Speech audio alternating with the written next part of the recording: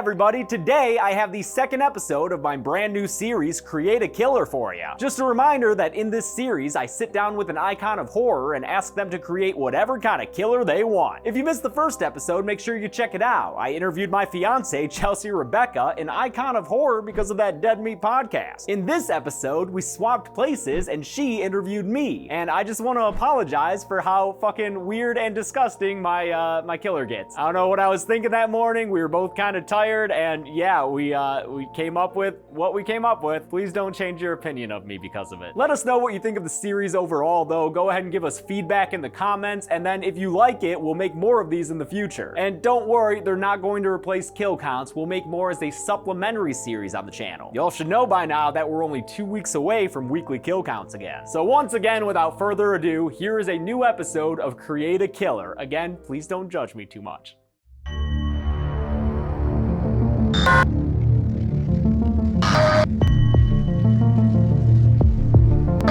Hi, I'm Chelsea Rebecca, and welcome to Create a Killer, where we sit down with an icon of horror and create a killer. I'm here with James A. Janice. You know James A. Janice. He's my fiance, and he hosts Dead Meat and the Kill Count. Thank you for coming to what is now my show. Well, thank you for hosting what is normally my show. So I'm gonna guide you through the process of creating a killer. And do you feel the pressure a little bit? I do, because really, I talk about people dying every week and the kills, and I feel like people are like, oh, that James guy, he's gonna be an expert on kills and killers, but what if I'm not? Right. Yeah. It's like it's the feeling of being a movie reviewer and then being asked to write a script. Yeah. That's a lot of pressure when you've been spending your life saying what movies are good and bad, and then you write Beyond the Valley of the Dolls. That's right. Roger Ebert. Yes. It feels exactly like that. Yeah. This is my Beyond the Valley of the Dolls. So you said you kind of have an idea, and I think a good starting point to maybe finesse that a bit is, do you see this being a supernatural killer or a more grounded killer? Here's the thing. Uh-huh. It's a killer who begins as a person, but then has something happen to them that makes them more supernatural.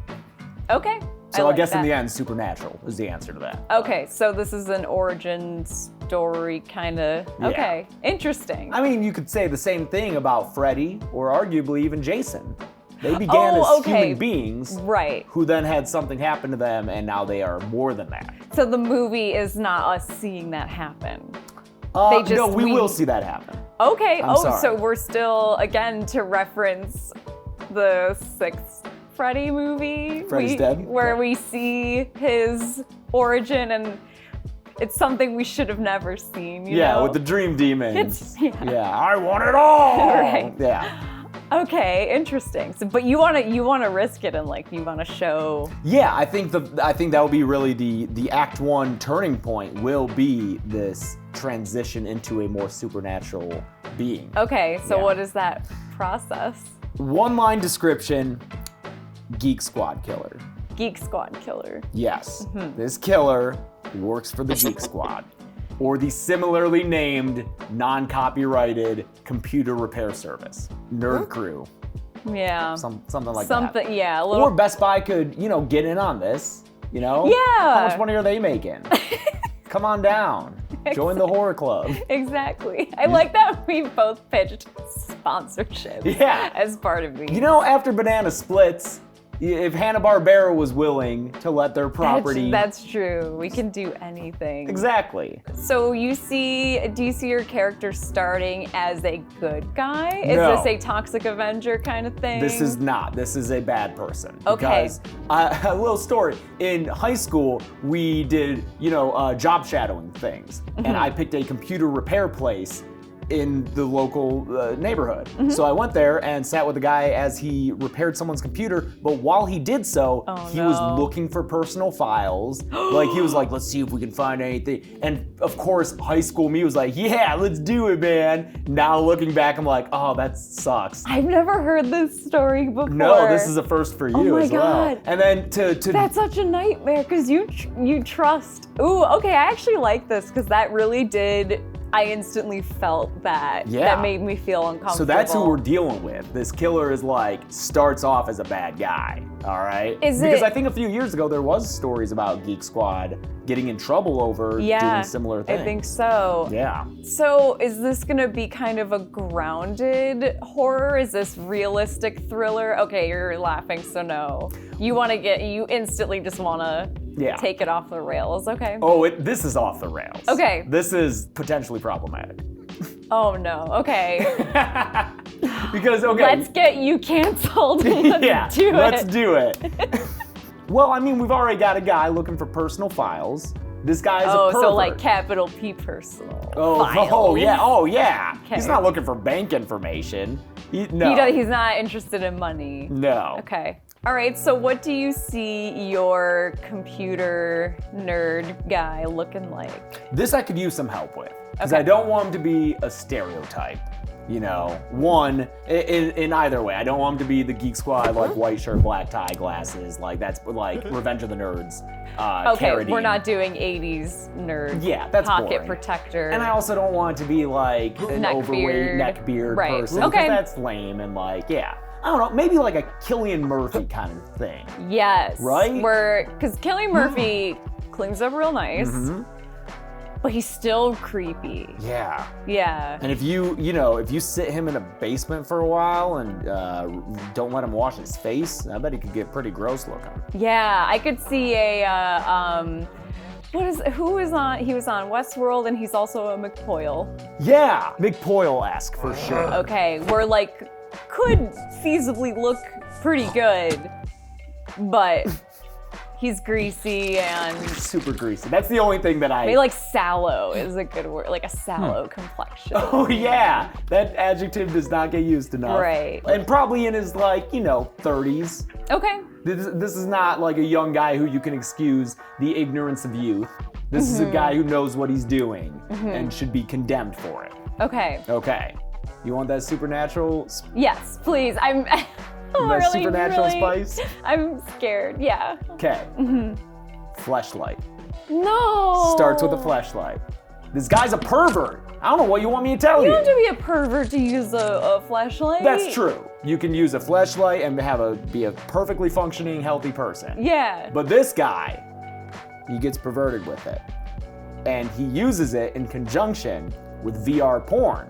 Okay, so he's got the helmet, he's looking for this whole experience. This all still sounds perfectly fine. Yes, until he plugs everything in and gets a literal virus that gives him supernatural powers. He is corrupted by a porn virus, and because fleshlights that connect to their computer, that's not a thing. I think that is a thing though. Is it really a thing? I think we've gotten there, you know? Because of course we have. Well, let's say it's not. This has to come from self-tinkering. Because, when you're, my version when I was a kid was before Xbox controllers could just plug into the computer. I cut one and tied the cables together and made a functioning USB-controlled Xbox controller. So just with open wires and stuff like that? Yeah, man. That's what nerds do. Which is great when it's used for good purposes. But this guy is not. He's trying to hook up his fleshlight to have a 5D porn experience. Oh, and what if the porn he's watching in the helmet is a succubus? Ooh, you know, it's like internet demonic succubus. kind of stuff. Yeah, it's like a hot demon lady. Okay, that could be what he's into. Yeah. And then, but it's a real succubus that he has sex with in VR unknowingly. Okay, and it infects him. Yeah. And he is now... What, an extra pervert? Where does he go from here? Because he's already weird. Well, initially, when this idea was still percolating, I was thinking that his motivation would be safe internet practices, like, oh, your password is password, I'ma come get you. But I think we've landed on a killer he's a bad He's a bad guy, and that sounds like a, overly zealous, righteous person, like kind of Toxic Avenger-y. Yeah. But this guy is not that anymore. Right. So I wonder, how sometimes when people get hacked and their photos get released publicly, there are those who blame the person for taking the pictures in the first place. I wonder if he has kind of that going on a little bit. Interesting. I'm gonna need help because this guy is so awful. Yes. Again, we are making a movie that exists because people can write think pieces about it. Yeah, that's the goal of this. What if people who've wronged him in his life before he gets transformed, he can then just make fake stuff of that. He can make deep fakes of his... Deep fakes have to factor in. Yes. Because there's such a he can make upcoming problem. Deep fakes of his enemies. So his motivation is to get revenge on all the people who told him, you're weird, you overcharged me, I'm writing a bad Yelp review. Right. Etc. Stop looking through my files. Stop looking through my files. And he's like, why are you attacking me? Yeah, oh my gosh, yeah, calm down. Yeah, why are you so mad? So does he look any different after he's transformed? I think typically you're not really surviving a succubus encounter, but... No, but this guy did. Yeah, I don't know how that works. I like the idea of him having wings though. Wings? Yeah. Oh, so he flies through the air. Yeah. He must have that fiber connection. Yeah. He's just speeding through. Oh man, this guy. Does he have any weapons besides being able to just conjure Here's stuff? the thing, yeah. You can use any kind of technology around because as we learned from the Child's Play remake, everything's connected to the internet. They had a table saw connected to the internet in that movie, so... Oh, just like smart devices. Smart devices, the first thing I thought of was like a CD tray, but computers don't even really have those anymore. They don't really. But we'll have one anyway. It'll be one of those things where people watch it and they're like, this guy is too old to be making a movie about this. Mm-hmm. But yeah, so you can have a CD tray coming out and killing someone, I don't know, strangling people with a mouse cord. Mm-hmm. Also, I'm thinking like monitors aren't even heavy enough to fall on someone. Give them a stew from Scream. Right. Yeah, they're just flat screens now. That would be kind of funny though. We'll do it. It'd be funny if he gets transformed during the 90s. And then as he's, realizing, oh my gosh, that's in like a sequel where he realizes everything is too compact and handheld. Well, with VR and everything being part of his origin, I don't think the 90s works. Oh yeah. Yeah. Just kidding. I mean, I guess there was really cruddy VR in the 90s. Oh god. He's just having sex with this like pixel, this like 8-bit succubus. Hot.